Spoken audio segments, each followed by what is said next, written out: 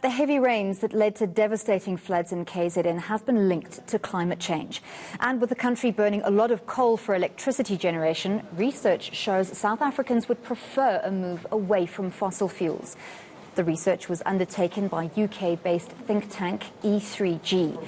Its fossil fuels expert, Chris Littlecott, joins me now via Skype. And in our Hyde Park studios, I'm joined by geography professor Jasper Knight from Wits University. Gentlemen, thank you both for your time. I'm going to start with you, Chris. Compared to other developing countries, is South Africa making any real progress in developing and implementing the use of alternate energy sources?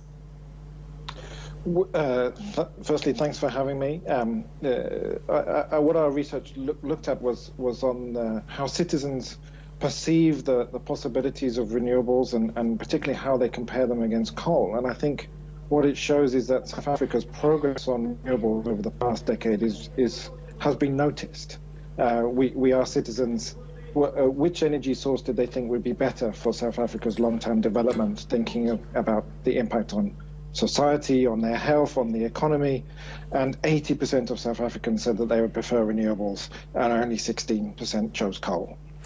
So obviously, renewable energy is a lot more accessible to people who are in a different sort of social standing, have a lot more money to spend on that kind of thing, and often the poorest are those most affected by climate change. So do we have currently an indication of how many people from different class standings voted in which sort of direction in terms of fossil fuels?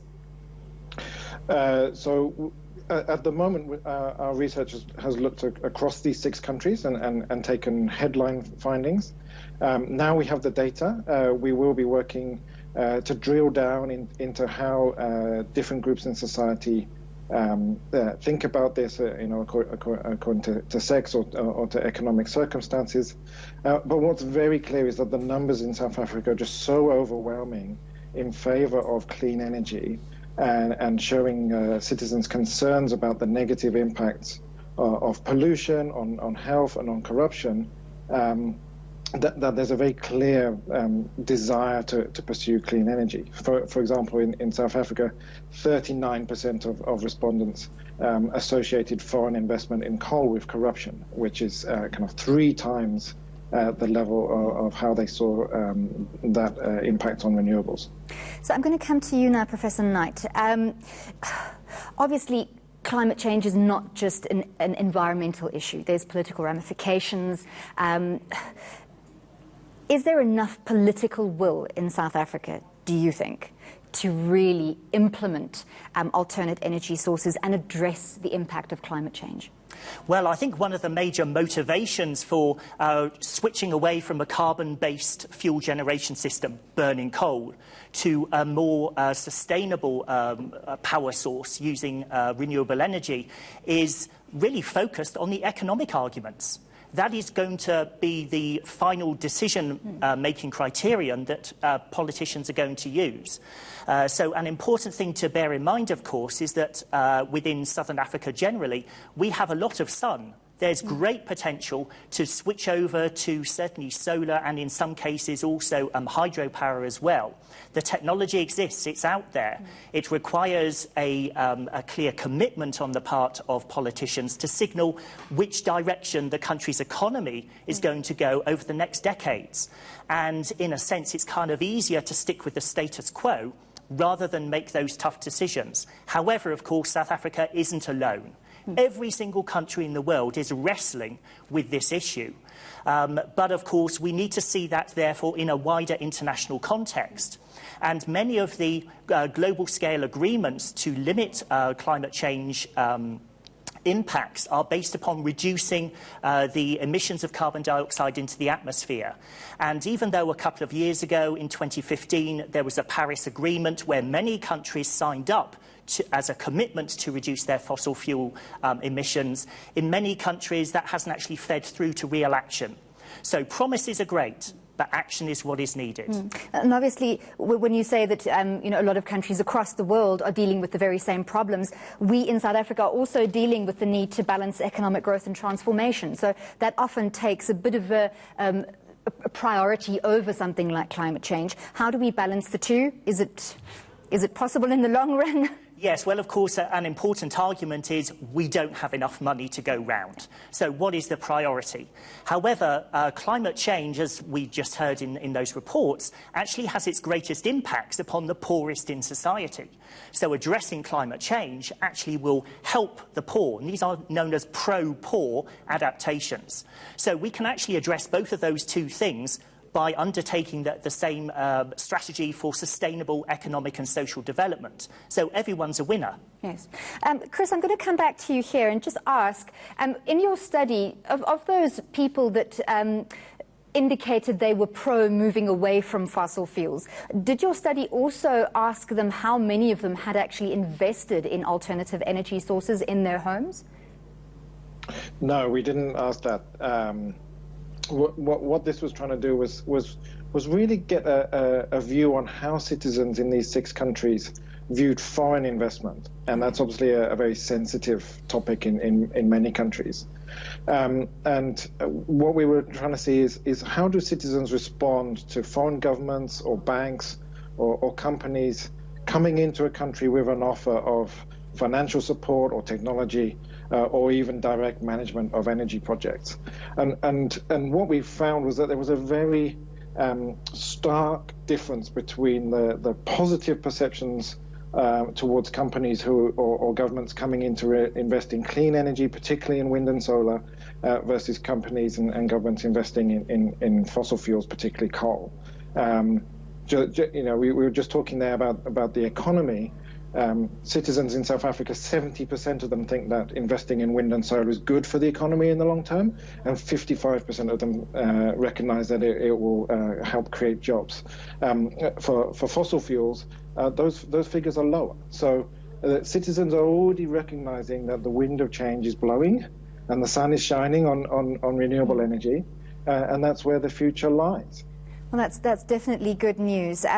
Professor Knight, to come back to you, South Africa is definitely a country, like you said, we've got a lot of sun. We can utilize a lot of renewable energy sources. We are also a country that's very reliant on tourism. You've done studies specifically into how sandy coastal areas are good predictors of how climate change is affecting South Africa. And what do you see happening currently that perhaps isn't reaching us on an everyday level? Yes, I mean, so I sort of frame sandy coastlines as the smoking gun of climate change. So it's all very well to try and imagine in our heads temperatures warming and winds getting stronger and sea levels rising. But a good way to monitor that is to monitor places where those forcing factors, those effects, are actually felt in the real world, because those are things that we can measure. And all those factors converge on the areas that you're studying. That's right. And sandy coasts are a real useful indicator of this. So we know, for example, on a global scale as well as the local Southern African scale, that sea levels are rising. And waves are increasing in height. We're having increased frequency of large cyclones, obviously affecting this region. Right today, we had Cyclone Kenneth making landfall. And so here we've got lots of processes that can give rise to increased coastal erosion. In other words, the winds and waves moving sand away from our coastline, reducing the width of the coastline and making it more vulnerable to coastal flooding. And, of course, coastal flooding has big impacts, not just upon the beauty of a nice sandy beach where people might want to do recreational activities, but also social and economic and cultural activities right across the coastal zone in all parts of the country. And certainly when we have big coastal flood events, these tend to affect low-lying areas, and they also tend to affect communities that may be more vulnerable, in particular informal settlements and people who depend upon the land in the coastal zone for their livelihoods. Can we make a direct link? Because despite all the research that's out there about climate change, there are still those who are skeptics, who don't believe, who say, oh, well, it could just be coincidence that all these things are happening at the same time. Can we make direct links between climate change and the current devastating weather patterns that have affected, like you said, many communities, not only in South Africa, but in Mozambique, Zimbabwe? We saw Cyclone Idai recently as well. Is there definite proof? In some parts of the world, yes, we are starting to develop new statistical ways of analysing data sets to prove a link between changing patterns of carbon dioxide and temperatures in the atmosphere and their impacts in terms of weather events on the land surface. So many people say climate has always changed. What's different now? While that's true, what we see, certainly over the last 100 years or so, is a dramatic increase in the amount of carbon dioxide in the atmosphere caused directly by the burning of fossil fuels. And this simply increases the amount of heat and energy available in the atmosphere, driving our weather systems. So our weather systems are working harder and faster than they ever have. So in order to make a direct link, first of all, we need lots of information. We need lots of numbers. We also need very powerful computer models. This requires a lot of infrastructure, a lot of investment, and it also requires lots of very heavy science. And so making the link is actually quite difficult. There are several studies in different parts of the world that have proved statistically that climate change has dramatically increased the likelihood of extreme weather events. So now we are starting to develop those data sets that can actually prove these things. So, of course, climate variability is increasing. We're having increased frequency of both floods and droughts, so our climate is becoming more variable.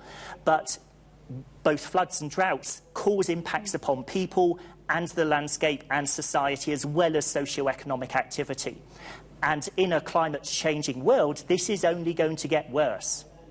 Right, thanks. Chris, to end off with you, so your study has given us information about what people want and what people think. How can we leverage that study to try and get more action?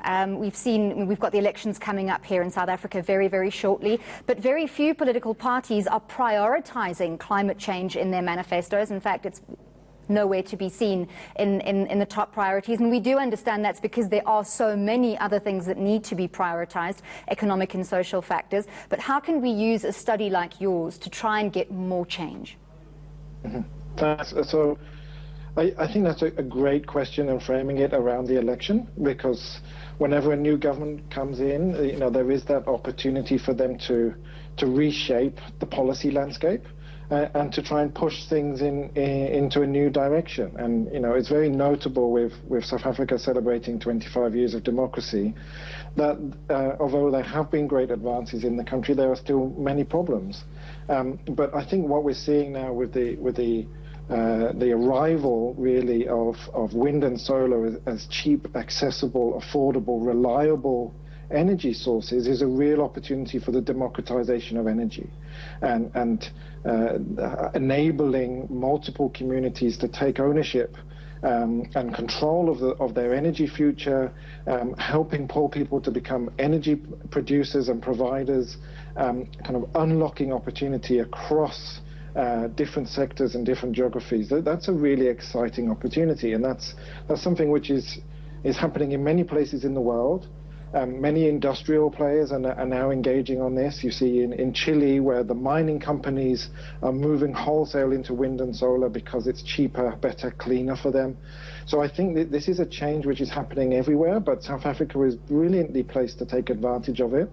But what it does need is that politicians and policymakers can really pivot away from this focus on coal, which has been important in the past, but has had many negative impacts on health and social justice, and really try and find a just transition through that. So how to help the workers and the communities to really grasp the opportunities of the clean energy economy, whilst recognizing that they have to have support through that.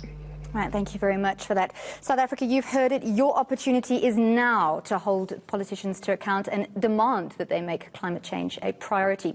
We've been chatting to Chris Littlecott from UK-based think tank E3G and Professor Jasper Knight of the Wits University about climate change. That